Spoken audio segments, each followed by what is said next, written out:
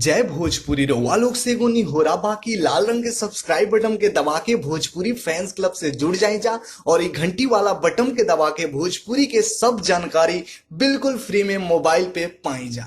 प्रणाम भोजपुरिया जहान, हम पंडित अनिकेत तिवारी आप लोग के स्वागत कर रहा बनी आप लोग के भाषा वाला चैनल भोजपुरी फैंस क्लब में। नई रिपोर्ट में रउआ लोग के बतावे जा रहल बानी कि कल सुबह यानी कि 25 अगस्त के सुबह आप लोग के बीच में खेसारी लाल यादव और पवन सिंह अपन नया नया गाना लेके आ रहल बा लोग। जी हाँ, पावर स्टार पवन सिंह के गाना, जो गाना के नाम बा नजर मिलाओ बबुआन से, जो कि 25 अगस्त के 5:45 पर सुबह PRA फिल्म्स पर रिलीज हो रहा बा। जौन गाना में आप लोग के पवन सिंह और सोना सिंह के मधुर आवाज सुने के मिली। तो ये खेसारी लाल यादव के नया गाना, जो गाना के नाम बा मारेला भतार, उ गाना आप लोग के बता दी कि कल सुबह यानी कि 25 तारीख के सुबह खेसारी म्यूजिक वर्ल्ड पर रिलीज होके जा रहा बा। जौन गाना के लिखले बड़े अजीत हलचल, जौन गाना में म्यूजिक दिले बड़े शंकर सिंह जी और खेसारी लाल यादव के मधुर आवाज में गाना के सजावल गइल बा। और ये गाना जो कि सुबह आप लोग के बीच में रिलीज हो जाए खेसारी म्यूजिक वर्ल्ड पर। और आप लोग बता दें कि पावर स्टार पवन सिंह के गाना के दो गो राइटर लिखले बड़े अरुण बिहारी और विनय निर्मल,